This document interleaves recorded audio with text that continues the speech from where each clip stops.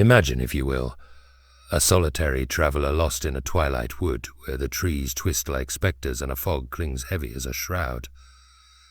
His lantern flickers, a frail ember against the creeping dark, and his compass, once a trusty guide, lies shattered in the bracken, its needle spinning madly. Around him drift voices, some honeyed as a summer breeze, others sharp as a winter gale, each promising a haven just beyond the next bough.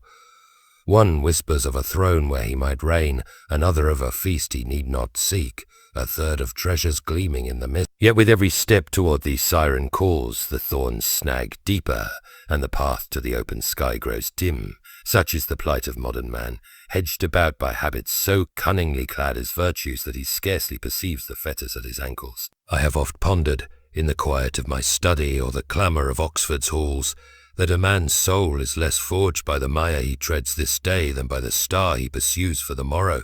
But how shall he spy that star if his gaze is snared by shadows?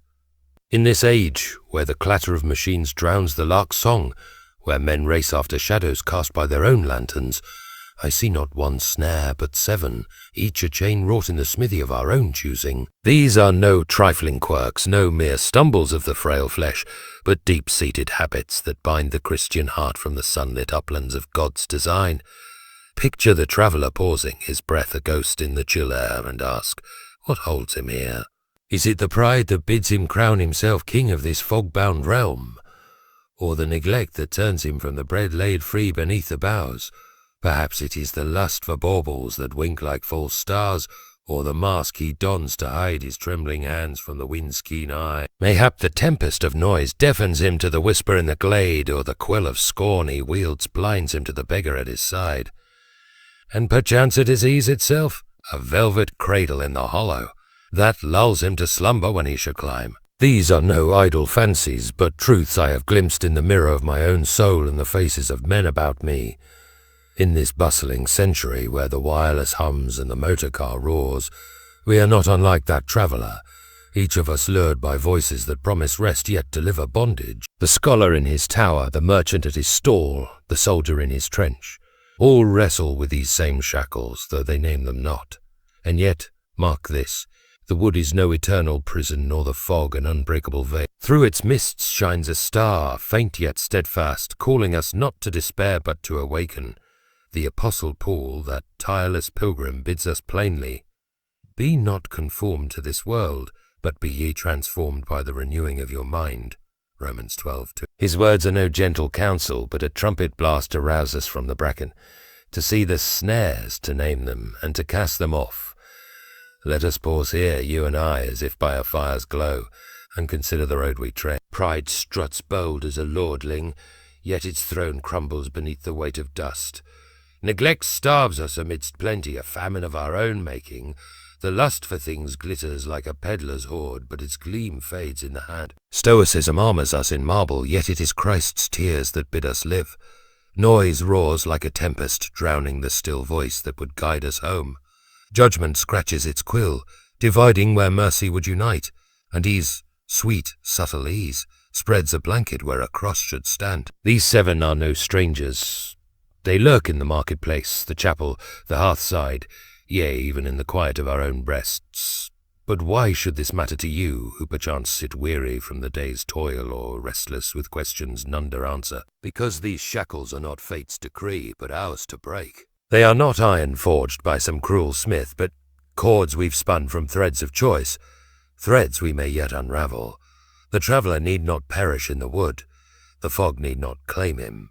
There is a path, steep and thorn-strewn though it be, that winds toward a dawn where the star burns bright.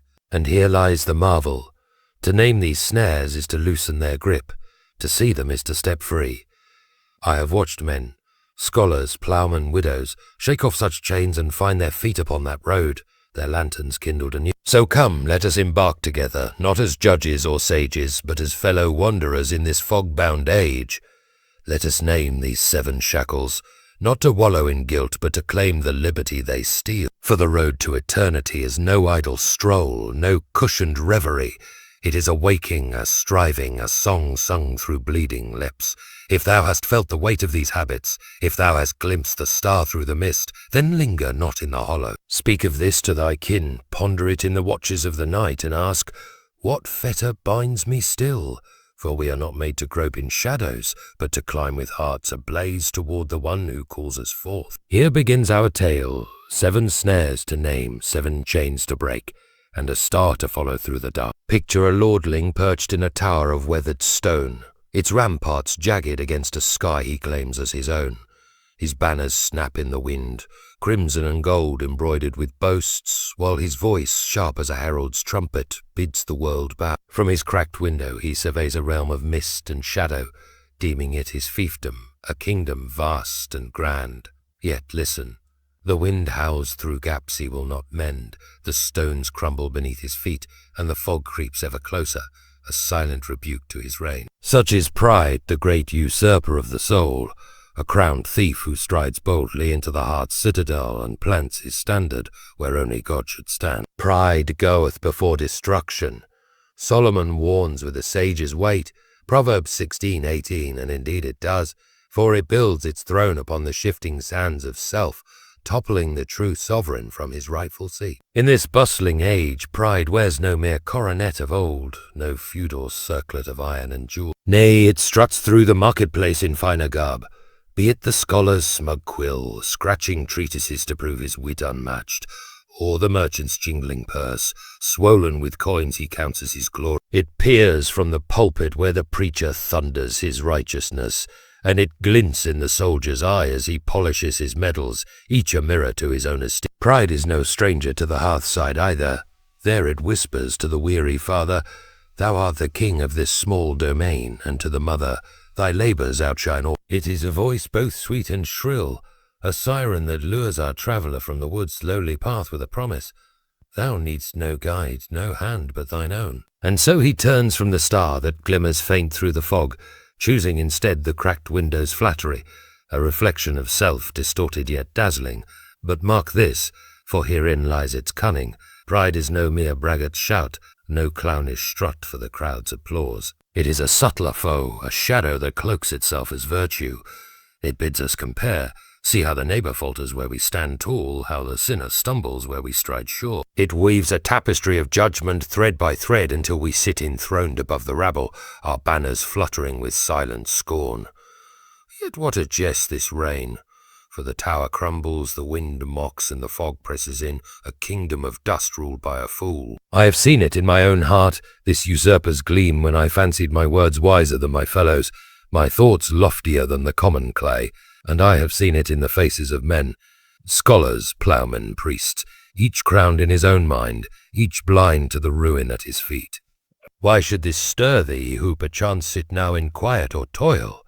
Because pride is no distant spectre, but a guest at thy table, a whisper in thy ear. It is the voice that bids thee shun the beggar's plea, lest it tarnish thy dignity, the impulse that hoards praise like gold, while thy brother starves for a kind word. In this age of clamour and chrome it thrives, fed by the wireless's tales of greatness, the market's parade of triumphs, the mirror's daily nod. It is a chain not of iron but of silk, soft, seductive and strong, binding us from the grace that waits on the lowly path. And yet Solomon's warning echoes still. The throne of sand cannot stand, the wind will howl, the stones will fall, and the usurper's reign will end in a heap of rubble, a jest for the ages. But despair not, for herein lies hope. Pride's crown is ours to cast down. The tower need not be thy tomb, nor the fog thy fate. Turn thy gaze from the cracked window. Look not to the banners of self, but to the star that shines beyond the mist. Stoop low, as Christ did when he knelt with basin and cloth, washing the dust from feet not his own. Sing a rival's praise, not with gritted teeth, but with a heart that knows its own dust. I have seen men break this chain, scholars who laid down their quills to learn, merchants who gave their purses to the poor, and in their stooping the fog parted, the star blazed clear. It is no easy task, this dethroning of the usurper. The wind bites and the lowly path is thorn-strewn, yet each step is a loosening of the silk, a crumbling of the tower, a reclaiming of the soul's true sovereign. So pause, thou who readest this, and weigh thy heart. Hast thou heard pride's whisper today in the marketplace, the chapel, the mirror? Hast thou felt its throne rise within thee, its banners flutter? If so, let it not reign unchallenged. Step from the tower, though the wind howl fierce. Kneel in the bracken, though the thorns prick deep. For the road to eternity is not paved with coronets, but with humility's quiet tread.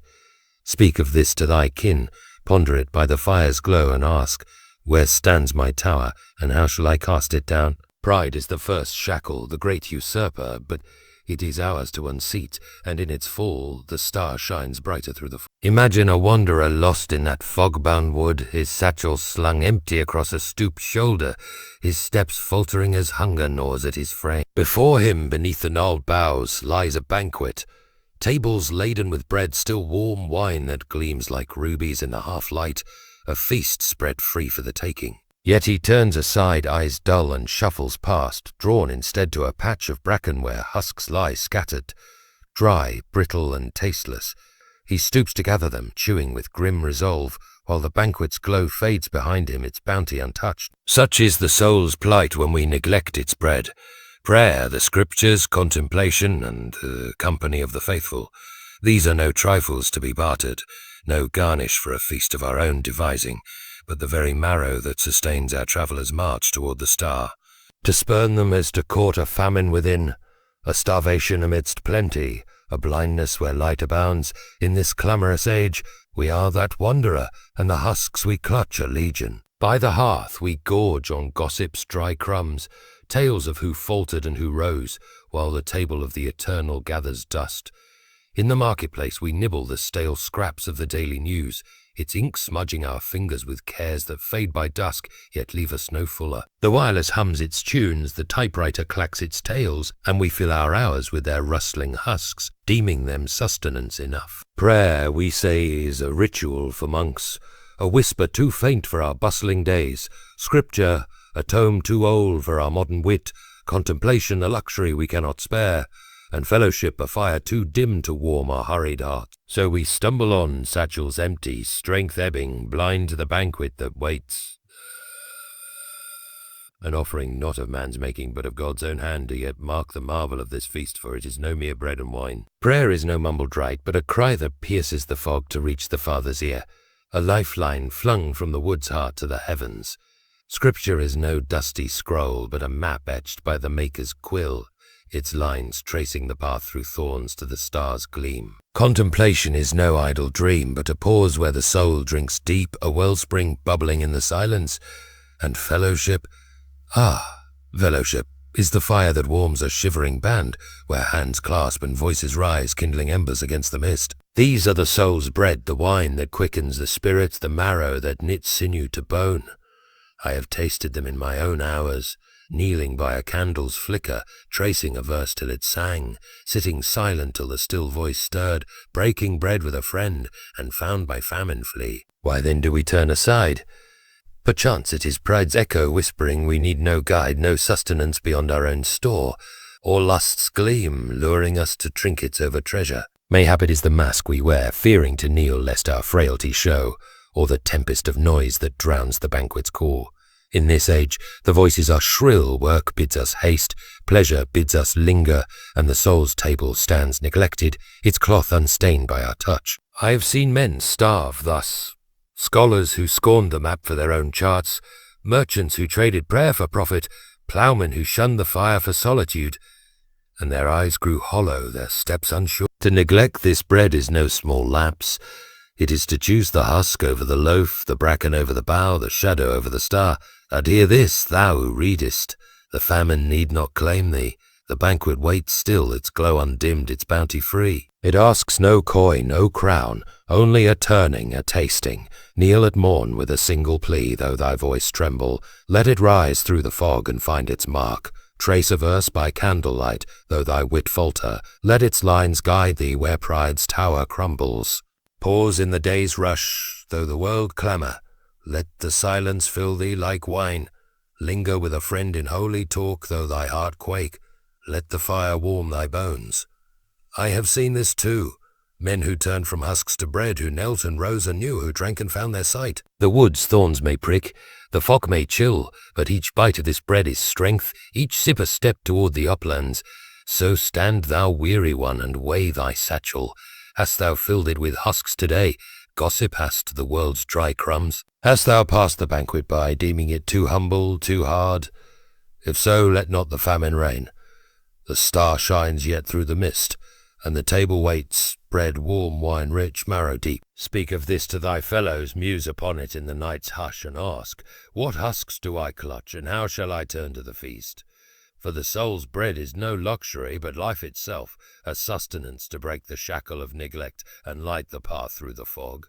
Envision our weary traveller pausing at a crossroads in that fog-bound wood, where a peddler's cart looms sudden from the mist. Its wheels creak under a load of trinkets, rings of brass that tarnish at a touch, cloaks of threadbare weave that fray in the wind, baubles that wink like false stars through the gloom. The peddler's voice rises, a honeyed croon above the creek. Come, take thy fill, here's wealth to warm thy bones, glory to gild thy name.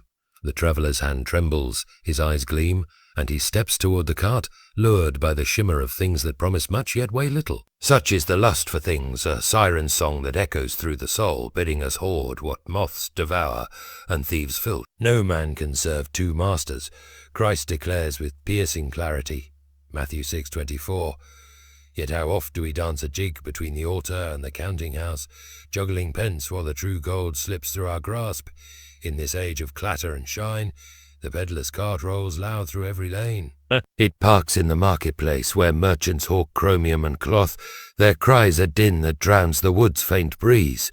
It halts by the hearth where the wireless chants of treasures to be won, motor cars, gramophones, finery to drape the weary frame. It lingers in the chapel where even the pious eye the alms box not for giving but for gain. This lust is no mere beggar's itch.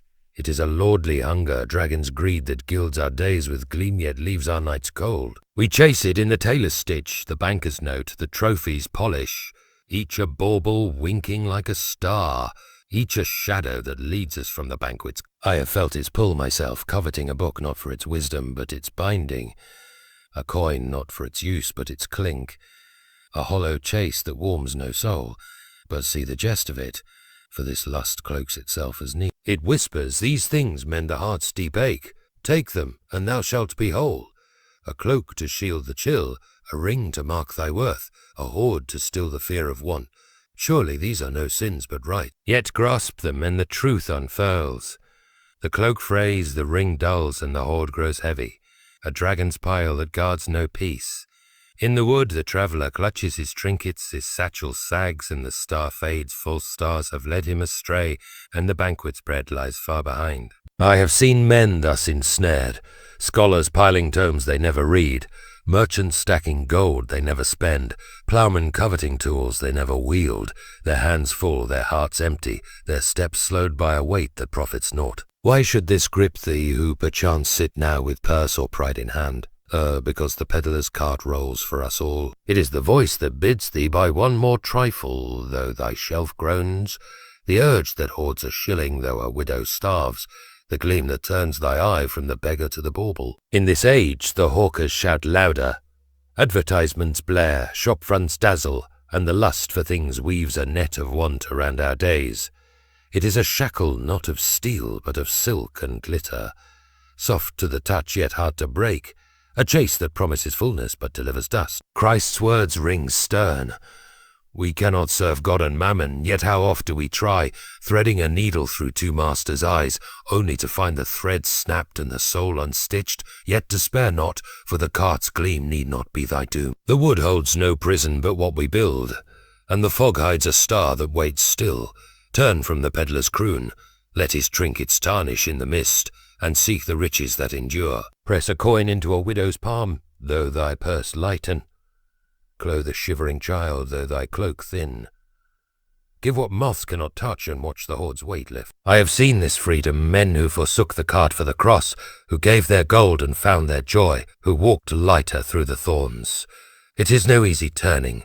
The peddler's voice is sweet, the baubles bright, and the fog tempts thee back. But each gift is a step from the hollow, each giving a gleam of the true star. A chase, not for things, but for grace. So halt thou who readest, and weigh thy satchel. Hast thou chased the peddler's wares today in the market, the hearth, the mirror of thy wants? Hast thou felt the dragon's greed stir, the false stars wink? If so, let not the hollow reign. The banquet waits yet, its glow beyond the cart's shadow, its bread richer than gold. Speak of this to thy kin, ponder it by the lamp's flicker, and ask, what trinkets do I clutch, and how shall I loose them? For the lust for things is a shackle, a hollow chase, but in its forsaking the soul finds treasure that neither moth nor thief can claim, and the star burns bright through the fog. Picture our traveller shrouded in that fog-bound wood, his form cloaked not by the mist alone, but by a hood he draws tight with trembling hands. The wind bites, the thorns prick, yet he pulls the veil closer, shadowing his face from the gaze of any who might pass. Beneath the cloth his eyes dart, his breath catches. A trembling hand, a tear-streaked cheek he hid, lest the wood's faint light reveal them. He dreads not the dark, but the seeing, not the cold, but the knowing. So we Christians too don masks, not of mirth or jest, but of marble, cold, carved, unyielding, hiding our frailty as if it were a shame to be human. Confess your faults one to another, and pray one for another, that ye may be healed, James urges with gentle fire. James 5:16. Yet we stand mute at the banquet's edge, fearing to share the bread of our brokenness, lest the hood slip and the mask crack. In this age of steel and strife, stoicism is no mere quirk, but a polished armor we wear with pride. It gleams in the soldier's grim jaw, set hard against the trench's mud, as if tears were treason to his steel. It shines in the vicar's stiff nod, his voice a measured drone, as if a quaver might topple his pulpit stone. It lingers by the hearth, where the father bites back his fears and the mother swallows her sighs, each deeming weakness a stain on the family shield. This mask is no flimsy veil. It is a fortress, a wall we build brick by brick, each silence a stone, each stifled sob a mortar, to guard the soul from the wind's keen eye. I have worn it myself, standing tall when my heart bent low, speaking calm when my spirit wept, fearing the gaze of men more than the silence of God. Yet herein lies the mask's cruel jest. It promises strength, but delivers solitude. It bids us stand alone, a statue in the wood, while the banquet's fire flickers far off, its warmth untasted. We deem tears a betrayal, frailty a foe. Yet what is this but pride's echo, whispering we need no hand but our own? The traveller clutches his hood, shunning the fellowship that might lift him, fearing the light that might heal. In the marketplace men mask their want with wealth, in the chapel their doubt with dogma, each a marble face, each a soul unshared. I have seen it in friends, scholars who hid their stumbles behind tomes, ploughmen who veiled their grief with toil, their masks gleaming, their hearts cold, their steps lone through the fog. Why should this pierce thee who perchance sit now in quiet or clamour? Because the mask of stoicism is no stranger, it is a shadow at thy shoulder, a whisper in thy ear. It is the voice that bids thee smile when thy spirit breaks, the urge that locks thy wounds behind a wall, or the fear that turns thee from a brother's outstretched hand. In this age the wind blows fierce war's echoes, toils wait the world's hard stare, and we polish our armour brighter, deeming it valour to stand unbowed. Yet James's words linger, confession heals, prayer binds, and the mask divides. It is a shackle not of chains, but of stone, rigid, heavy, cold, a fortress that keeps us from the stars' glow and the fire's embrace. But take heart, for the hood need not be thy fate, nor the marble thy face. The wood's mist hides no judge, only a light that waits. Christ bore no mask. He wore a crown of thorns, not stone. He wept in Gethsemane, not for shame, but for love, and bids us do likewise. Unveil thy heart, whisper a wound to a brother, though thy voice crack, weep with a sister, though the tears sting. The banquet's edge is no place for statues, it is a circle for the broken, a fire for the frail. I have seen this liberty, men who shed their armour for tears, who spoke their fears and found their kin, who knelt and rose with faces bare. It is no soft path, the wind cuts, the gaze burns, and the mask clings tight. Yet each unveiling is a crack in the stone, each confession a step through the fog, each tear a spark of the star's true light. So pause thou who readest and feel thy hood. Hast thou worn the mask today in the chapel's pew, the hearth's glow, the mirror's stare? Hast thou hid thy trembling hand, thy breaking heart? If so, let not stoicism reign. The fire burns yet, its warmth beyond the wall, its fellowship free for the asking. Speak of this to thy fellows, ponder it in the night's hush, and ask, what wound do I veil, and how shall I bear it? For the mask of stoicism is a shackle, the fear of being known. But in its shedding the soul finds healing, the traveller finds kin, and the star shines clear through the mist. Behold our traveller staggering through that fog-bound wood, his ears assaulted by a tempest of sound that rises like a wall around the forest's heart. Horns blare sharp as thorns, voices clamour shrill as crows, and a ceaseless hum weaves through the mist, a cacophony that drowns the rustle of leaves and the whisper of the breeze. He presses hands to his head, seeking silence, but the din pursues him, relentless, unyielding, a thief that steals the quiet where wisdom dwells.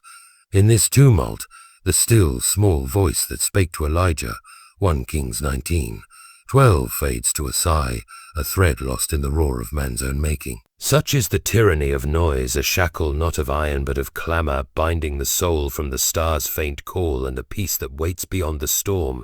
In this age, the tempest rages louder than ever, its notes struck by the hands of progress. The typewriter clacks its staccato tales, each key a hammer on the silence. The motor car growls through the lanes, its roar a boast of speed. The wireless prattles without cease, spilling chatter into every hearth. In the marketplace, hawkers shout over one another, a din that buries the wood's faint echo. In the chapel, even hymns can swell to a clamour that smothers the hush. We crowd our hours with sound, meetings, marches, melodies, fleeing the stillness as if it were a foe to be outrun. I have stood amidst it myself in Oxford's halls, where scholars' voices vied like trumpets, or by the hearth where the wireless drowned my thoughts, and felt the quiet slip away, a treasure bartered for noise's hollow coin. Yet mark the subtlety of this tyrant, for it wears a mask of virtue. Noise bids us call it life, proof of vigour, sign of purpose, shield against the dark. It whispers that silence is idleness, a void where fears creep in, and so we fill the air with clangour, deeming it strength. But what strength is this that deafens us to the map's unfolding, the banquet's call, the fire's crackle? The traveller stumbles, his ears full, but his soul empty, the still voice lost beneath the tower. In the city men boast of their bustle.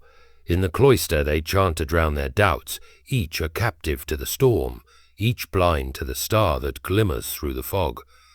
I have seen their eyes, hollow from the din, deaf to the whisper that might heal, and known the cost of this tyranny. Why should this stir thee, who perchance sit now amid the day's hum or the night's buzz? Because noise is no distant foe, but a lord at thy gate, a clamour in thy breast. It is the voice that bids thee turn the wireless louder, lest the silence ask too much. The urge that fills thy hours with chatter, lest the quiet bear thy soul. The roar that drowns the cry of the widow or the sigh of thy kin. In this age the tempest swells, machines whir, crowds shout, and the still voice fades, a breeze too soft for our hardened ears. Elijah heard it on the mount after wind and fire had passed.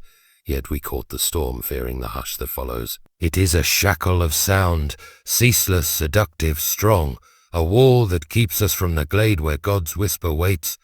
But take courage, for the tempest need not reign, nor the fog silence thy guide. The wood holds a stillness yet, a glade where the star's light pierces the mist. Flee the storm. Seek a quiet corner, though the world rail. Hush the clamour for an hour, though thy hands itch to fill it. Lend thy ear to the breeze, and the Eternal speaks, not in thunder's crash, but in a murmur that stirs the soul. I have found this rest by a stream where the motor's growl faded, in a chapel where the hymns fell still, at dawn when the wireless slept, and heard the voice that bids me rise. It is no easy flight, the din clings, the clamour calls, and the fog tempts thee back. Yet each hush is a crack in the wall, each listening a step through the mist, each whisper a thread to the star's true song. So pause, thou who readest, and heed thy ears. Hast thou bowed to noise today, in the market's shout, the hearth's hum, the clamour of thy thought? Hast thou drowned the still voice with thy own storm?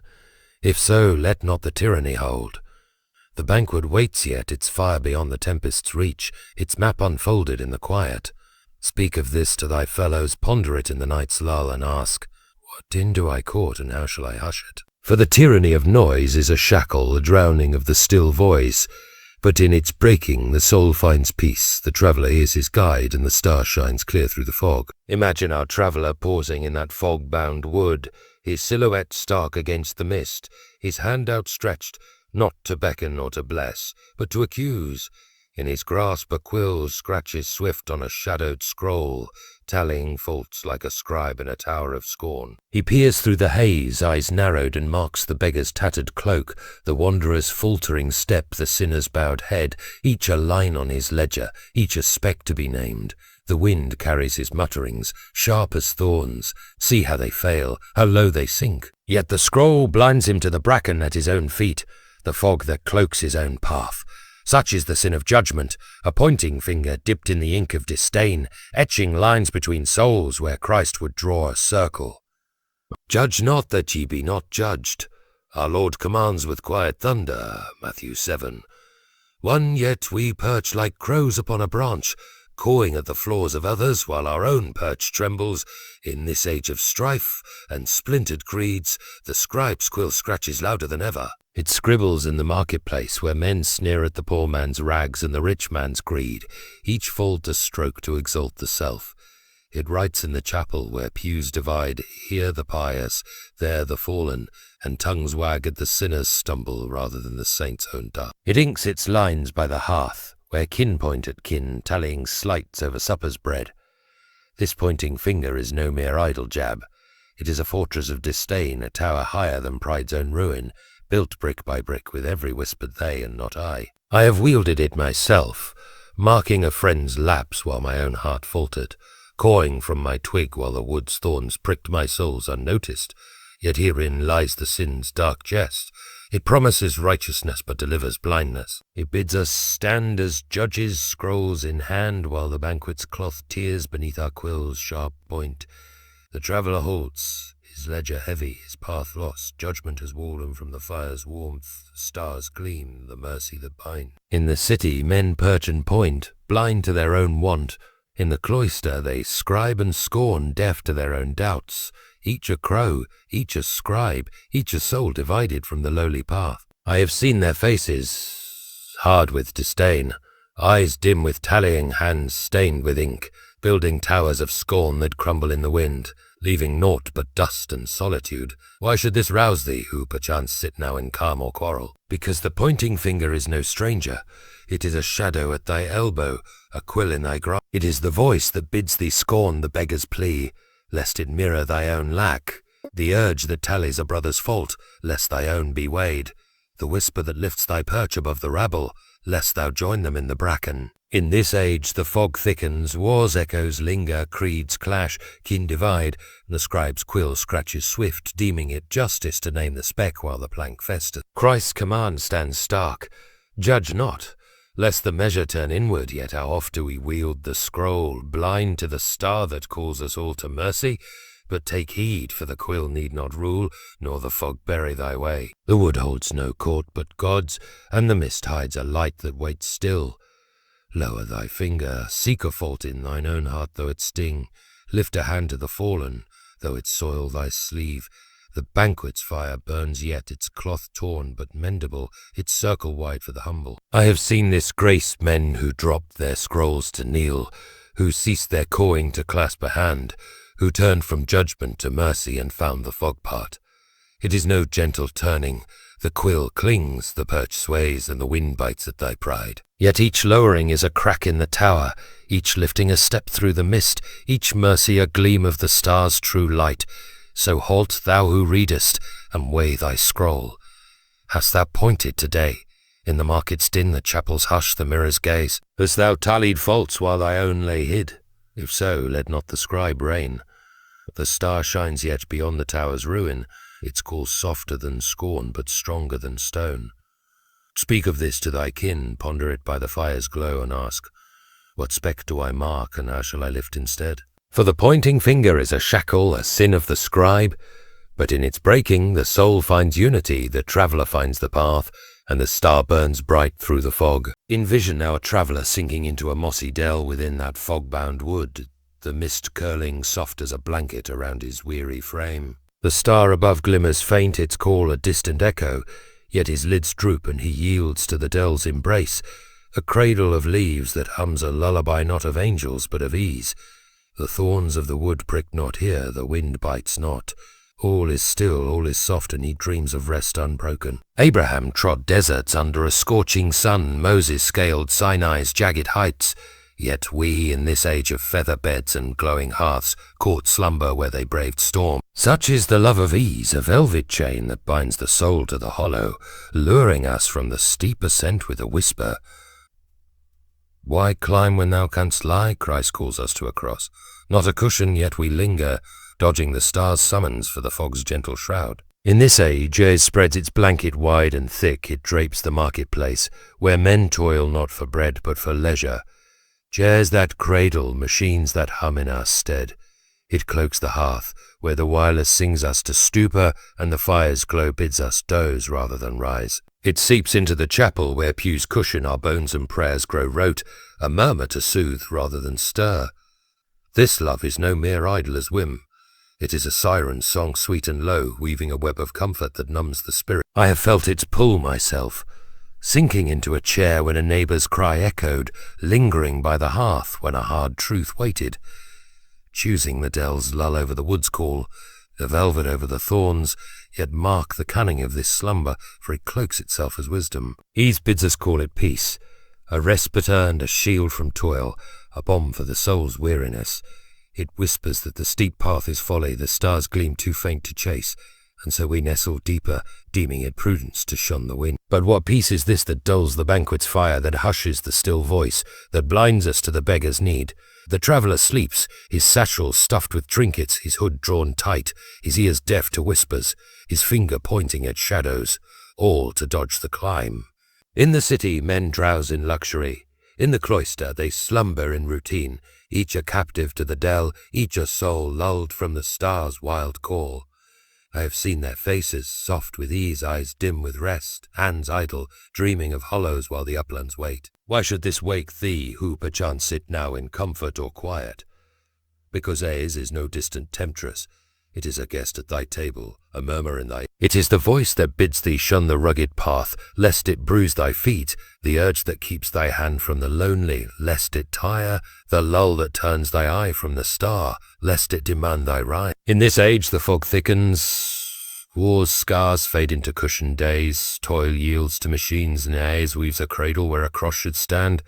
Abraham left Ur, Moses fled Egypt. Comfort was no friend to their faith, yet we cling to the dell, fearing the stretch of change, the sting of the wind. It is a shackle of velvet, soft, subtle, strong, a slumber that keeps us from the banquet's glow and the star's steep road. But take heart, for the dell need not be thy tomb, nor the fog thy fate. The wood holds a wind, yet a star that wakes the weary. Cast off the blanket, tread a rugged path, though thy soles bleed. Bear a neighbour's load, though thy shoulders ache. Face the wind, though it chill thy bones. The banquet's fire burns still, its warmth beyond the cradle's shadow, its call sharper than Ease's heart. I have seen this rousing men who rose from cushions to march, who left hearths to lift the fallen, who braved storms and found the star blaze bright. It is no soft awakening. The lullaby clings, the dell beckons, and the fog tempts thee back. Yet each step is a breaking of the velvet, each burden a spark of the star's light, each gust a song to stir the soul. So rise, thou who readest, and shake thy slumber. Hast thou loved ease today in the hearth's glow, the chapel's hush, the mirror's nod? Hast thou nestled in the dell while the star called?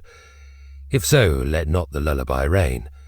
The wood's thorns wait yet, its wind beyond the cradle's hush, its star high for the climbing. Speak of this to thy kin, ponder it by the lamp's flicker, and ask, what ease do I court, and how shall I rise from it? O cure, for the love of ease is a shackle, a slumber of the soul, but in its casting off the soul finds strength, the traveller finds the path, and the star shines clear through the fog. Here stand we at the wood's edge, the fog curling thick about our ankles, the traveller's tale spread before us like a map etched in mist and starlight. 7 shackles have we named, 7 snares that bind the soul not with iron's clang, but with threads spun from our own hands. Pride, a crumbling tower where the lordling reigns o'er dust. Neglect, a banquet shunned for husks that starve the spirit. Lust, a peddler's cart of baubles that wink like false stars. Stoicism, a marble mask that hides the trembling heart. Noise, a tempest that drowns the still voice in clamour. Judgment, a scribe's quill that tallies specks while planks fester. And ease, a mossy dell that lulls us from the steep ascent. Each a shadow in the wood, each a whisper in the fog. Yet mark this, the mist is no eternal shroud, nor the bracken our tomb. Through its haze glimmers a star, steadfast and sure, calling us not to despair, but to rise. These shackles are no mere fancies of a scribe's quill, no idle musings for the cloisters. They are the chains of this age, forged in the marketplace where pride struts and lust gleams, are woven by the hearth where ease lulls and noise hums, carved in the chapel where stoicism stands and judgment points. I have seen them in my own breast, crowning myself king when I should kneel, passing the banquet for gossip's crumbs, chasing trinkets while the widow waits, veiling my tears in marble, drowning the whisper with chatter, scribing faults while my own grow, nestling in comfort when the wind calls. And I have seen them in thee, scholar, ploughman, mother, soldier, each bearing a fetter, each stumbling in the fog, yet herein lies the marvel. These are no fates decreed by heaven's hand, but bonds of our own weaving threads we may yet unravel.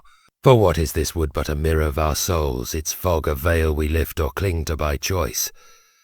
Pride's tower crumbles when we stoop to serve, wash a beggar's feet and the wind parts the mist.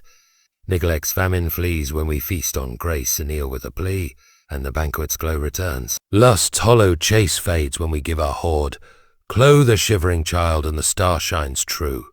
Stoicism's mask cracks when we bare our hearts, weep with a sister and the fire warms anew.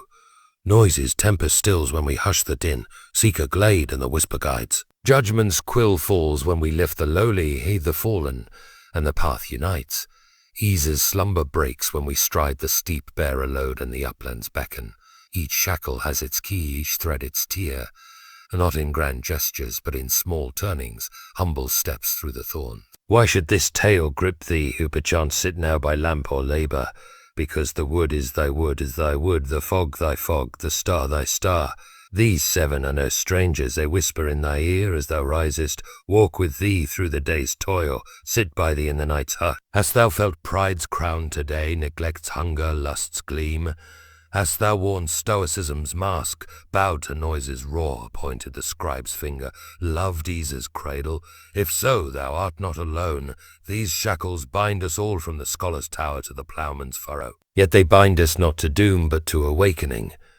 The fog tempts us to linger, the voices bid us sleep, but the star calls us forth, a light not of our making, a summons not of our merit, a grace that waits beyond the bracken. So let us weigh this, thou and I, as if by a fire's glow with the wood's wind at our backs. These shackles are not thy fate, nor mine.